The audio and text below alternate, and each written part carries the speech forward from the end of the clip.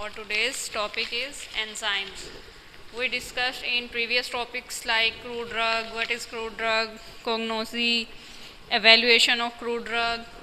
Now we will discuss about the enzymes which act on the crude drugs. Like अब हम इसमें देख लेते हैं सबसे पहले डेफिनेशन के एंजाइम होता क्या है। एक ये होता है कैटलिस्ट, बायोलॉजिकल कैटलिस्ट होता है जो प्रोड्यूस करता है लिविंग सेल्स पे एक बायोलॉजिकल रिएक्शन जो एंजाइम्स का होता है उसको सारा स्टडी करते हैं और उसमें देखते हैं कि क्या क्या होता है। सबसे पहले ये जो एंजाइम होते हैं ये ऑर्गेनिक कैटलिस्ट होते हैं और ये जो प्रोड्यूस करते हैं इफेक्ट जो अपना वो है लिविंग ऑर्गेनिज्म पे एक रिएक्शन करते हैं, उसको हम कहते हैं बायोलॉजिकल रिएक्शन।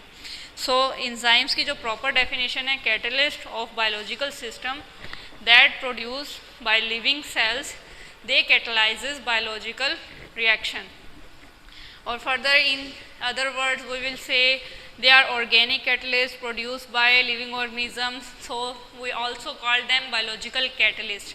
एंजाइम्स को हम बायोलॉजिकल कैटलिस्ट भी कहते हैं। और कैटलिस्ट क्या होता है? कैटलिस्ट एक केमिकल होता है और ये केमिकल क्या करता है, ये इसकी नेचर होती है इनऑर्गेनिक, मतलब ये ऑर्गेनिक नहीं होता, कार्बन कंटेन नहीं करता। जो कार्बन कंटेन करने वाले कंपाउंड होते हैं वो ऑर्गेनिक होते हैं, जो कार्बन कंटेनिंग नहीं होते वो इनऑर्गेनिक होते हैं। तो कैटलिस्ट क्या हुआ, ये एक केमिकल है और इनऑर्गेनिक in नेचर है और ये क्या करता है, हमारे रिएक्शन को जो हमारी बॉडी में हो रहे होते हैं उनको स्पीड अप कर देता है, जो स्लो रिएक्शंस हो रहे होते हैं उनको फास्ट कर देता है, बूस्ट कर देता है। तो और क्या होता है, केमिकल्स रिएक्शन के दौरान जो कैटलिस्ट होता है वो यूटिलाइज नहीं होता खुद, लेकिन एंजाइम जो है वो खुद यूटिलाइज हो रहा होता है केमिकल रिएक्शन में। ये डिफरेंस है एंजाइम और कैटलिस्ट में कि कैटलिस्ट जो है वो रिएक्शन में यूटिलाइज नहीं होता, लेकिन जो एंजाइम है वो यूटिलाइज हो जाता है पूरा का पूरा। सो हम इसलिए कहते हैं ऑल एंजाइम्स आर कैटलिस्ट, के तमाम जो एंजाइम हैं वो कैटलिस्ट हैं, but all catalyst are not enzyme. लेकिन जो तमाम कैटलिस्ट हैं वो एंजाइम नहीं है, क्योंकि कैटलिस्ट जो हैं ऑर्गेनिक भी होते हैं, इनऑर्गेनिक। जो ऑर्गेनिक होंगे वो एंजाइम्स होंगे, जो इनऑर्गेनिक होंगे वो कैटलिस्ट होंगे। So further we take the discussion like organic substances and inorganic, दोनों ही केमिकल हैं। ऑर्गेनिक सब्सटेंसेस भी केमिकल हैं, इनऑर्गेनिक सब्सटेंसेस भी केमिकल हैं। तो ऑर्गेनिक में वही फर्दर बात यही आ गई कि वो क्या होते हैं, वो केमिकल कार्बन कंटेनिंग केमिकल्स होते हैं, और जो इनऑर्गेनिक सब्सटेंसेस होते हैं वो कार्बन नहीं कंटेन करते, बाकी और कंपाउंड्स कंटेन करते हैं। तो main difference is there in organic substances are carbon containing compounds and inorganic substances are not contain carbon. So further substrate क्या होता है? सबस्ट्रेट वो होता है जो एंजाइम और कैटलिस्ट का एंजाइम पे जो रिएक्शन हो रहा होता है उस पे जाके सबस्ट्रेट एक्ट करता है, लाइक सबस्ट्रेट एंजाइम कॉम्प्लेक्स बनाता है।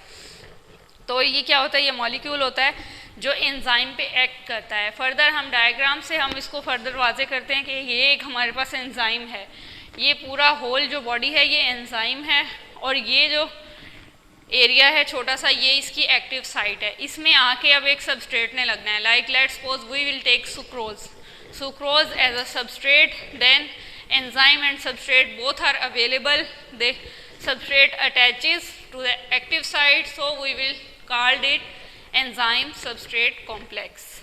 तो substrate binds to enzyme, then water added, a molecule of water is added to the enzyme substrate complex so that the substrate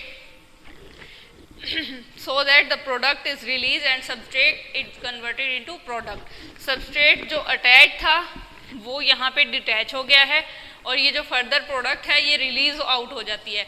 product क्या क्या थी, सुक्रोज से क्या बना, fructose and glucose. So enzyme आया, एंजाइम हमने एक लिया, उस पर एक बायोलॉजिकल रिएक्शन होना था। बायोलॉजिकल रिएक्शन के लिए हमें एक एक्टिव साइट की ज़रूरत होती है, और वो एक्टिव साइट जो है कि एंजाइम ने हमें पहले से प्रोवाइड की होती है। उसमें हम एक सबस्ट्रेट को अटैच करते हैं, जो भी रिएक्शन हो रहा होता है उसके हिसाब से। तो हमने इधर सुक्रोज ले लिया, सुक्रोज जो था वो यहाँ आके एंजाइम पे अटैच हुआ, तो हमने इसको कहा enzyme substrate complex. Then further water molecule की एडिशन हुई, तो ये क्या हो गया, एंजाइम सबस्ट्रेट कॉम्प्लेक्स में जो सबस्ट्रेट था उसकी जो प्रोडक्ट्स थी वो सेपरेट हो गई और रिलीज आउट हो गई। सुक्रोज से क्या बना, further fructose and glucose. So this is the main cycle of enzyme substrate complex. So further we will move on difference between enzyme and catalyst. अब बहुत से डिफरेंस बनते हैं एंजाइम और कैटलिस्ट में कि एंजाइम क्या होता है और catalyst. Main thing is enzyme is organic substance and catalyst is inorganic substance. Catalyst जो है वो इनऑर्गेनिक सब्सटेंस है और एंजाइम जो है वो ऑर्गेनिक सब्सटेंस है। इसी तरह फर्दर हम देख लेते हैं इनकी स्पेसिफिसिटी के हवाले से कि एंजाइम जो होता है वो बहुत स्पेसिफिक होता है, लेकिन जो कैटलिस्ट होता है वो स्पेसिफिक नहीं होता। इसी तरह नॉन स्पेसिफिक होता है। एंजाइम जो होता है वो बहुत कॉम्प्लेक्स होता है, लेकिन कैटलिस्ट जो होता है वो वेरी सिंपल, बहुत सिंपल कंपाउंड या सब्सटेंस होता है।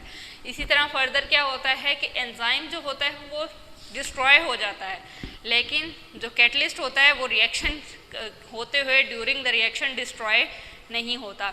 इसी तरह जो एंजाइम है उसकी कंसंट्रेशन डिपेंड नहीं कर रही होती कि कितनी कंसंट्रेशन एंजाइम की मौजूद है रिएक्शन में, लेकिन जो कैटलिस्ट है उसकी डायरेक्टली प्रोपोर्शनैलिटी है, मतलब डायरेक्ट उसका रिलेशन है कंसंट्रेशन ऑफ कैटलिस्ट के साथ।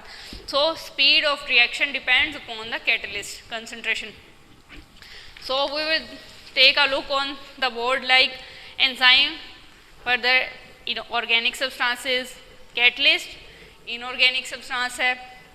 एंजाइम क्या करता है, डिस्ट्रॉय हो जाता है रिएक्शन के दौरान, लेकिन जो कैटलिस्ट होता है ये डिस्ट्रॉय नहीं होता during the reaction, chemical reaction. Enzyme is more specific but the catalyst is non specific in nature. Enzyme is a complex substance like catalyst is a simple compound or substance, or speed of reaction of enzyme does not depend on concentration of enzyme, but catalyst speed depends on the concentration of catalyst reaction, catalytic reaction. So it's all about the introduction, like what is enzyme, what is catalyst, difference between organic or inorganic substance, what is substrate। तो ये छोटी छोटी definitions आ सकती हैं। आपसे ये पूछा जा सकता है कि एंजाइम सबस्ट्रेट कॉम्प्लेक्स को आप डायग्रामेटिकली शो करें। फर्दर आपसे पूछा जा सकता है कि आप एंजाइम और कैटलिस्ट का डिफरेंस बताएं विद इन 2 मार्क्स और 5 marks. So these all points contain difference between enzyme and catalyst. Further move towards properties enzymes की कुछ प्रॉपर्टीज़ होती हैं, लाइक एंजाइम में कैटलिस्ट एक्ट कर रहा है तो कैटालाइटिक प्रॉपर्टीज़ होती हैं। फिर उनकी सॉल्युबिलिटी की चेक करने के लिए भी कुछ प्रॉपर्टीज़ होती हैं।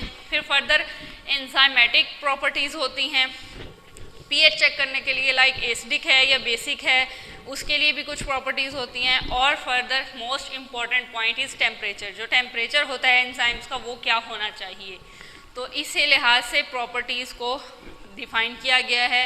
लाइक कैटालाइटिक प्रॉपर्टी क्या होती है कि very small amount of enzyme is use to catalyse large amount of substrate. अब थोड़ा सा एंजाइम यूज़ होता है एक लार्ज अमाउंट ऑफ सबस्ट्रेट को कैटलाइज करने के लिए, मतलब रिएक्शन करने के लिए। लाइक हम सुक्रेज एंजाइम ले लें, अगर सुक्रेज एंजाइम लेंगे तो वो कैटलाइज करेगा hydrolytic reaction of sucrose in small amount. थोड़ी सी क्वांटिटी भी अगर हम सुक्रेज एंजाइम की ले लें तो वो एक हाइड्रोलाइटिक रिएक्शन परफॉर्म कर देगा और बहुत ही स्मॉल अमाउंट में यूज़ होगा सुक्रेज एंजाइम।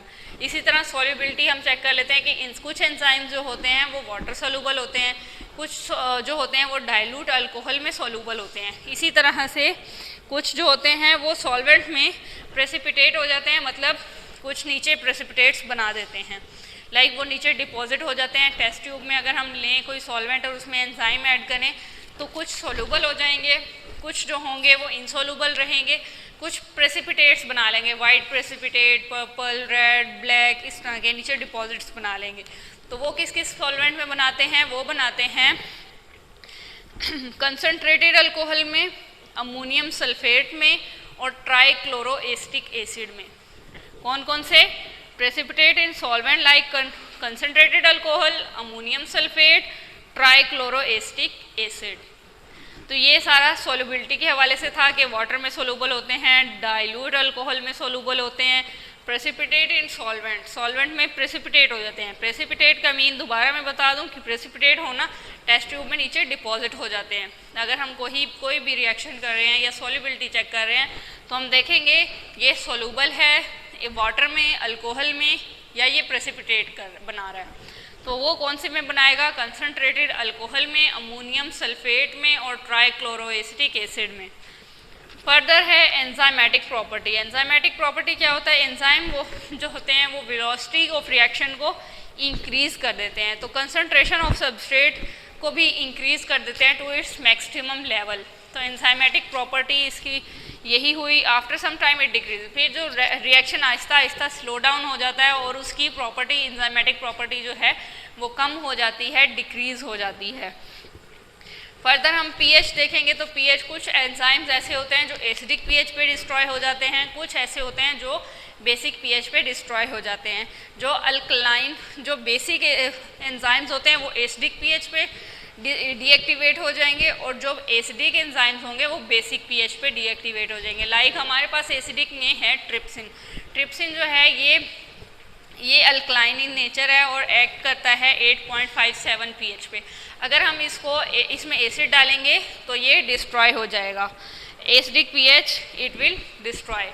फर्दर बेसिक में हमारे पास क्या है, वो भी डीएक्टिवेट कर देता है एंजाइम को एट एसिडिक पीएच। जो एसिडिक पीएच पे सोलूबल होते हैं उनको बेसिक पीएच पे वो डीएक्टिवेट कर देता है। उसमें हमारे पास है पेप्सिन। फर्दर पेप्सिन क्या करता है? पेप्सिन जो है वो एसिडिक पीएच पे एक्ट करता है 1 to 2 पीएच पे। अगर वो बेसिक किसी भी कंपाउंड में अगर हमने ऐड कर दिया तो वो डिस्ट्रॉय हो जाएगा। तो इसी तरह हम इसकी देख लेते हैं properties. Like enzymatic property, velocity of reaction increase हो जाएगी इसमें, और concentration of substrate increase up to maximum level. So after some time it decreases. So slowly, gradually reaction slows down. So then its concentration decreases. Then pH. Acids and bases different pH have deactivate enzyme. Acid भी deactivate कर देता है उस enzyme को जो alkaline pH पे active होता है। और इसी तरह इसमें ट्रिप्सिन है जो एक्ट करता है 8.57 पे, जो शो कर रहा है कि ये अल्कलाइन है, क्योंकि अल्कलाइन पीएच कहाँ से स्टार्ट होती है? 7 से आगे। वो 7 जो है वो न्यूट्रल है, 7 से कम होगी तो एसिडिक होगी, 7 से ज़्यादा होगी तो बेसिक होगी। I will show you pH meter. Then at acidic pH it destroy. और ये जो ट्रिप्सिन होता है ये कहाँ से सिक्रीट होता है? पैंक्रियाज से सिक्रीट होता है, और ये इम्पोर्टेंट होता है हमारे फूड की प्रॉपर डाइजेशन के लिए। और बेसिस में क्या होता है? बेसिस भी डीएक्टिवेट कर देती हैं कुछ एंजाइम्स को जो एसिडिक पीएच पे एक्टिव होते हैं, like pepsin.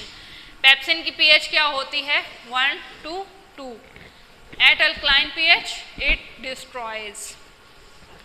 So I will show you a pH metre.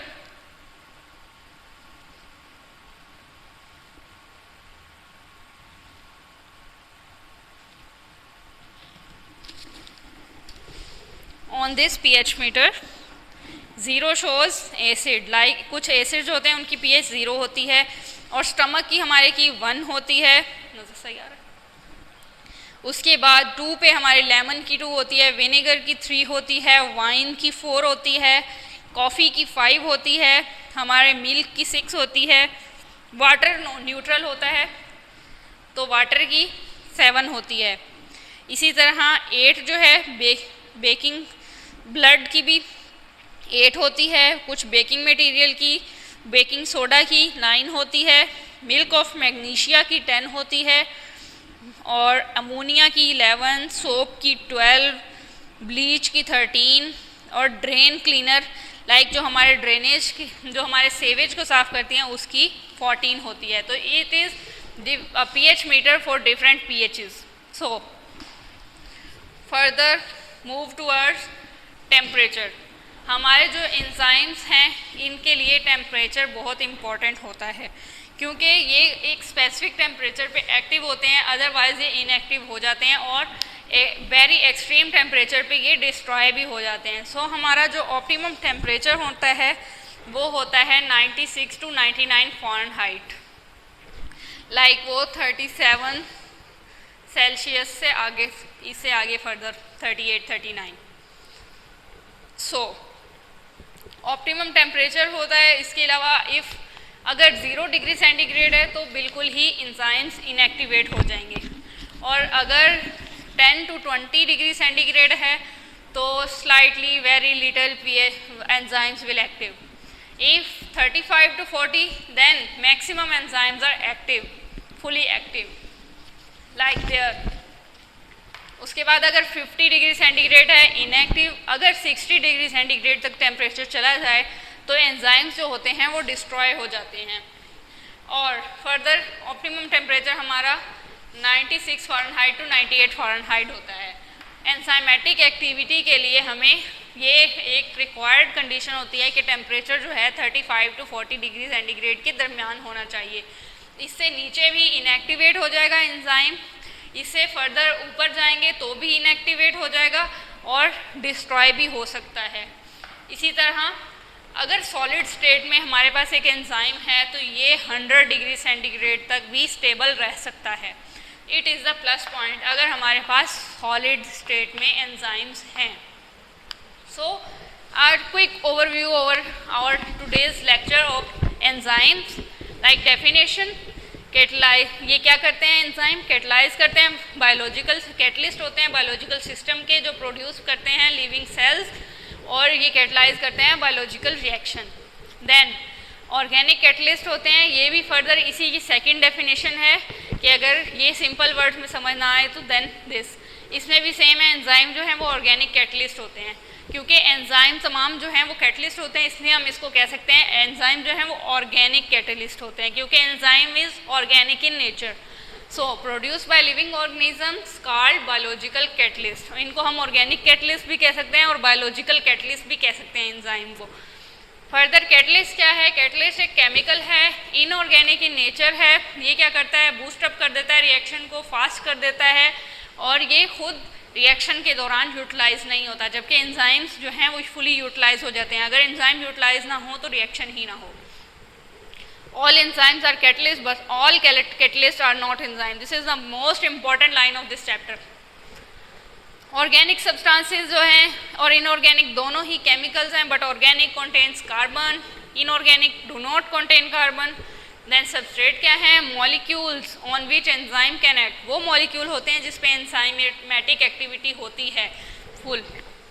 Further enzyme substrate complex आ गया हमारे पास, एंजाइम एक ले लिया हमने, उस पर एक्टिव साइट हो गई, उस पर बाइंडिंग हो गई सबस्ट्रेट की। देन हमारे पास एंजाइम सबस्ट्रेट कॉम्प्लेक्स बन गया, फिर हमने उसमें वाटर की एडिशन की तो हमारे पास प्रोडक्ट रिलीज हो गई, और वो क्या थी? अगर सुक्रोज लिया था तो फ्रुक्टोज और ग्लूकोज हमारे पास रिलीज हो गया है।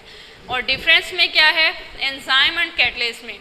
Enzyme are organic substances, catalyst are inorganic substances, और enzymes are specific in nature, catalysts are non-specific in nature, enzymes are complex substances, or catalysts are very simple substances.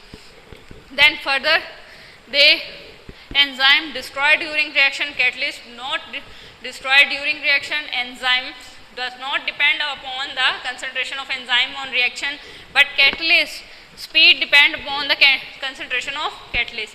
Speed of reaction depends upon the concentration of catalyst.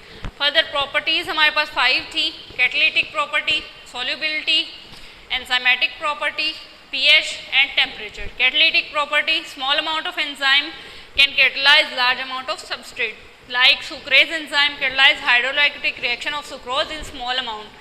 Sucrose को हम बहुत ही थोड़ी quantity में लेंगे तो भी hydrolytic reaction हो जाएगा सुक्रोज का। उसके बाद आगे हम सोल्युबिलिटी चेक करेंगे तो वो हम वाटर में चेक कर सकते हैं, डाइल्यूट अल्कोहल में चेक कर सकते हैं, और कुछ सॉल्वेंट में प्रेसिपिटेशन भी चेक कर सकते हैं, like ammonium sulphate, concentrated alcohol, trichloroacetic acid. Enzymatic property में हम देखेंगे कि वो क्या करते हैं। एंजाइमेटिक प्रॉपर्टी ये होती है कि एंजाइम जो रिएक्शन होती है उसकी वेलोसिटी जो होती है वो इंक्रीज़ हो जाती है, सबस्ट्रेट की कंसंट्रेशन जो होती है वो मैक्सिमम तक चली जाती है, लेकिन कुछ टाइम के बाद जब रिएक्शन कंप्लीट हो जाता है तो वो स्लो डाउन हो जाती है, डिक्रीज़ हो जाती है। इसी तरह पीएच दो तरह की होती है, एसिडिक पीएच और बेसिक पीएच। जो एंजाइम्स एसिडिक पीएच पे वो एक्टिव होते हैं वो बेसिक पीएच पे डीएक्टिवेट हो जाते हैं और फर्दर डिस्ट्रॉय भी हो जाते हैं। इसी तरह ट्रिप्सिन जो है ये एक्ट करता है बेसिक पीएच पे, तो ये एसिडिक पीएच पे डिस्ट्रॉय हो जाता है। और इसी तरह पेप्सिन जो है ये एक्ट करता है एसिडिक पीएच पे और ये अल्कलाइन पीएच पे डिस्ट्रॉय हो जाता है। टेम्परेचर हमारे पास कितना होना चाहिए? ऑप्टिमम हमारे पास टेम्परेचर होता है 96 टू 99 फ़ारेनहाइट। एंजाइमेटिक एक्टिविटी के लिए हमारे पास 35 टू 40 डिग्री सेल्सियस के दरमियान होना चाहिए। फर्दर 0 डिग्री सेंटीग्रेड पे एंजाइम्स जो होते हैं वो इनएक्टिव होते हैं, एंजाइमेटिक एक्टिविटी नहीं होती बिल्कुल भी। 10 to 20 पे very little enzymes are active, but 35 to 40 degree centigrade maximum enzymatic activity will occur in this region. 50 degree centigrade inactive, 60 degree centigrade completely destroy the enzymatic activity. In solid state, stable up to 100 degree centigrade. So that's all about today's enzyme lecture. Further we will continue it tomorrow from discuss different enzymes, further methods of enzymes. Old method, new method we will discuss in next lecture. Now coming towards terminologies. Further हम discuss कर रहे थे कुछ terminologies, हमारी 26 terminologies हो गई थी। Next हमने आज डिस्कस करनी है stem, flowers, fruit, pulp, seeds and roots. तो फर्स्ट ऑफ ऑल स्टेम्स क्या होता है? स्टेम मेन पॉइंट होता है, किसी भी मेन थिंग होती है किसी भी प्लांट का, जो हमारे पूरे प्लांट को सपोर्ट कर रहा होता है, जिससे फ्लावर्स और फ्रूट निकलना होता है, मेन स्टेम। और ये क्या होता है? ये हमारे प्लांट का प्लम्बिंग सिस्टम होता है। प्लम्बिंग सिस्टम इसलिए होता है कि ये पानी भी लेके जा रहा होता है और न्यूट्रिएंट्स भी लेके जा रहा होता है, फूड भी लेके जा रहा होता है पूरे प्लांट के लिए in the form of glucose. So इसलिए ये क्या करता है, बाहर की तरफ ग्रो करता है और टूवर्ड्स लाइट, एयर में, हवा में ये स्टेम जो होती है ये सपोर्ट के काम आती है। और इस पर फर्दर क्या होता है, leaves and flowers further grow करते हैं। तो मेन क्या हो गया, it provide sports, it's a main plant plumbing system, conduct water and nutrients, food in the form of glucose, grow up in air and towards light, and further leaves and flowers grow on stem. So further next point is flower. Flower is our main reproductive structure or reproductive part of any plant. So it is also used in traditional medicine. Traditional medicine like example is clove, long, chamomile flower, गुले, बाबूना की चाय। ये दो चीज़ें जो है ये flowers में आती हैं और ये मेडिसिनल पर्पस के लिए भी यूज़ होती हैं। इसी तरह फर्दर हमारे पास नेक्स्ट है fruit. Fruit is the main seed bearing part. Seed bearing part is its major importance in medicinal purpose. Dried fruits or portion of fruits will be used in medicinal purpose. Carrot family fruits are mainly used in the medicinal purpose like fennel and anise. Fennel is सौंफ, anise is Badyan का फूल. So fruits जो हैं major हमारे seed bearing part होते हैं. सो इसलिए इनका major pharmacognosy के हिसाब से भी वैसे भी इनका मेडिसिनल पर्पस के लिए बहुत यूज़ होता है. हमारी हर्बल मेडिसिन में ज़्यादातर हमारे लिए प्लांट के डिफरेंट पोर्शंस ही यूज़ होते हैं फार्माकोग्नोसी में. So further pulp. What is pulp? You all know pulp is soft juicy edible part, जो हम खा सकते हैं वो पार्ट होता है. लाइक ऑरेंजेस का पल्प होता है, लेमन का पल्प होता है, जिसको हम स्क्वीज़ कर सकते हैं, जिसको हम निचोड़ सकते हैं, हम खाते हैं इसको. हम अपनी डेली लाइफ में भी इसको यूज़ कर सकते हैं, डिफरेंट पर्पसेस के लिए भी यूज़ होता है. Lemon, orange and different pulpy fruits. Further moving towards seeds. Seeds ये क्या होते हैं? Small embryonic part of plant होता है, बिल्कुल स्मॉल, जिससे नया एम्ब्रियो नया प्लांट ग्रो कर सकता है. ये क्या होता है? इनक्लोज होता है कवरिंग में. कवरिंग को क्या कहते हैं हम? कवरिंग को हम कहते हैं सीड कोट. सीड कोट में क्या होता है? Contain stored food. इसके अंदर सीड कोट होता है. सीड कोट में मेन सीड का पार्ट होता है, वो क्या करता है? स्टोर्ड फूड उसके अंदर होता है. और इसकी भी मेजर जो यूजेस होते हैं वो मेडिसिनल प्रॉपर्टीज़ में सीड्स ज़्यादा यूज़ होते हैं. सो ये स्मॉल एम्ब्रियोनिक पार्ट है, इनक्लोज इन कवरिंग है, जिसको कवरिंग को हम सीड कोट कहते हैं. सीड कोट के अंदर सीड इनक्लोज हुआ होता है, उसको हम फर्दर न्यू प्लांट्स ग्रो करने के लिए भी यूज़ कर सकते हैं, मेडिसिनल प्रॉपर्टीज़ के लिए भी यूज़ कर सकते हैं. और सीड में क्या होता है? स्टोर्ड फूड होता है for any new embryo. Then roots attach plant to ground. अब जो रूट्स होती हैं वो स्टेम को जो है वो पूरे प्लांट को जो है वो ग्राउंड से अटैच करती हैं, उसको सपोर्ट सिस्टम देती हैं, उसको फुल अंडरग्राउंड होती हैं और वाटर और नरिशमेंट सप्लाई करती हैं। Roots are the main point of any plant. अब ब्रांचेस और फाइबर्स के ज़रिए ये वाटर सप्लाई करती हैं डिफरेंट प्लांट्स के पार्ट्स को, लाइक स्टेम्स को, लीव्स को, फ्लावर्स को। और ये फ्लैशी वुडी रूट्स अब जो फ्लैशी होती हैं, जो जाल वाली होती हैं, वो वुडी रूट्स जो होती हैं वो यूज़ होती हैं मेडिसिनल पर्पस के लिए। लाइक जिनसिंग है हमारे पास सॉलिड, कुछ सॉलिड रूट्स होती हैं अंडरग्राउंड जो हमारे मेडिसिनल पर्पस में बहुत इंपॉर्टेंट होती हैं। कुछ स्टिंगिंग नेटल लाइक बिच्छू बूटी भी हम इसको कहते हैं। ये जो होती हैं ये फाइब्रस होती हैं रूट्स की डिफरेंट टाइप्स होती हैं। तो कुछ सॉलिड होती हैं, कुछ फाइब्रस होती हैं और कुछ फ्लैशी होती हैं, लाइक डेविल्स क्लॉ। ये 3 मेन पॉइंट्स जो हैं हमारे फार्माकोग्नोसी हमारी बुक में डिस्कस किए गए हैं। So this all about today's terminology, stem, flower, fruit, pulp, seeds and root. So